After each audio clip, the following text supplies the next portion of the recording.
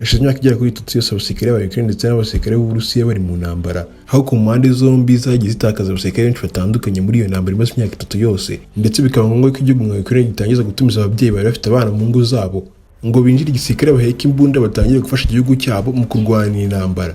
Mu masaha asaga 46 yose ashize akaba ari bwo hagaragaye ingabo nyinshi z'Abarusiya zifite ibikoresho byinshi harimo ibifaru, imodoka by'intambara, imbunda ndende cyane bari kuzigeza ku mipaka myinshi igiye itandukanye y'igihugu cya Ukraine. Biteganywa yuko mu minsi iri imbere hagomba kongera akavuka intambara hagati y'igihugu cy'Uburusiya ndetse n'ingabo za Ukraine. Mu bice byinshi bitandukanye byoherejwemo ingabo z'Uburusiya n'igikoresho cyinshi cy'intambara gihambaye, akaba ari agace ka Zaporozhia, agace ka Kherson ndetse n'umujyi wa Donetsk.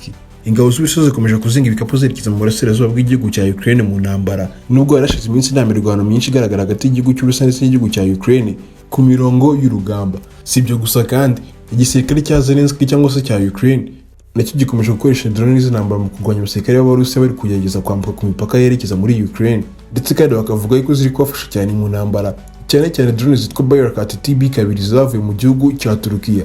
Ku munsi w'ejo ku gatandatu kandi akaba ari abasirikare b'igihugu cya Ukraine baherereye mu gace ka Nepros West Bank bari mu mirwano ihambaye, bari gusubiza inyuma ingabo z'Uburusiya zari zirimo ziragerageza kuhegera zifite ibikoresho by'intambara byabo. Uyu ni umusirikare umwe mu ngabo za Ukraine wagize icyo atangaza mu ntambara. Ingabo z'Uburusiya ntabwo zashobora kuza aha ngaha turi bazanye ibimodoka by'intambara, byaba ngombwa yuko bakoresha ubwato. Kugeza ubu ngubu turi gukontorora ibintu byose, ntitubigeme yuko bagera muri iyi West Bank. Rimwe na rimwe bajya bagerageza kugendera mu duce twinshi, gusa amenye ko drone z'intambara zacu zirabarimbura bose kandi bwangu. Hari n'amagambo yatangajwe n'umusirikare mu ngabo za Ukraine agaragaza ko bizeye mu ntambara bari kurwana kandi bizeye cyane cyane igikoresho cyabo bahawe n'igihugu cya Turukiya, hari izo drone z'intambara zitwa TB2 zindwa mu rugamba rwose zaba zigiyemo. Iri tutumba kandi ry'imirwano mishyashya hagati y'igihugu cya Ukraine ndetse n'igihugu cy'Uburusiya ribaye nyuma y'uko igihugu cya Ukraine, aho ku munsi wo gatanu igihugu cya Ukraine cyakira indege zijya kuri 6 zose z'intambara zivuye mu Bufaransa. Izi ndege akaba ari nazindi akaba ari indege zitwa Mirage 2000S fighter jet, akaba ari indege kandi zikoresha ikoranabuhanga ryo mu kiragano cya 4 zoherejwe na perezida mukuru w'igihugu cy'Ubufaransa Emmanuel Macron mu kugira ngo zijye gufasha igihugu cya Ukraine mu ntambara. Si gusa kandi ku munsi wo gatanu hashize amasaha agera kuri 6 gusa igisirikare cya Ukraine kiba cyarakira indege zitwa F-16 zivuye muri Netherlands. Nubwo zo nta mubare fatizo watangajwe, igihugu cya Netherlands cyaba cyarohereje mu gihugu cya Ukraine kugira ngo zibashe kwifashishwa mu ntambara ishobora kuvuka mu minsi iri imbere. Perezida Volodymyr Zelensky w'igihugu cya Ukraine kimara kwakira izi ntwaro zose z'indege, bwa mbere na mbere yahise abanza gushimira perezida w'igihugu cy'Ubufaransa Emmanuel Macron kubw'ubufasha yari ahawe bw'indege zidasanzwe, ndetse kandi atangaza ko nta kabuza zamufasha ku mirongo y'urugamba arwanya Abarusiya. Akimara gushimira kandi perezida Macron yongeye gushimira cyane byimazeyo Prime Minister w'igihugu cya Netherlands ariwe Dick Schoof yuko nawe yamutekereje akamuhereza indege za F-16 z'indwanyi, atangaza ko kandi zari zikenewe cyane ku rugamba rwo mu kirere rwanwa n'ingabo za Ukraine. Igikomeje kwizwa n'abantu benshi batandukanye mu isi ni iki ngiki: ese ni gute perezida 47 ariwe Donald Trump wa Leta Zunze Ubumwe za Amerika mu kwiyamamaza yatangaza ko akimara kwicara ku ntebe isumba izindi muri Leta Zunze Ubumwe za Amerika azahita ahagarika intambara y'Uburusiya ndetse n'igihugu cya Ukraine? Ibi biganiro hagati y'igihugu cya Amerika n'Uburusiya ndetse n'igihugu cya Ukraine baganira ku ihagarikwa ry'intambara bikaba bitegerejwe n'abantu benshi batari bakeya.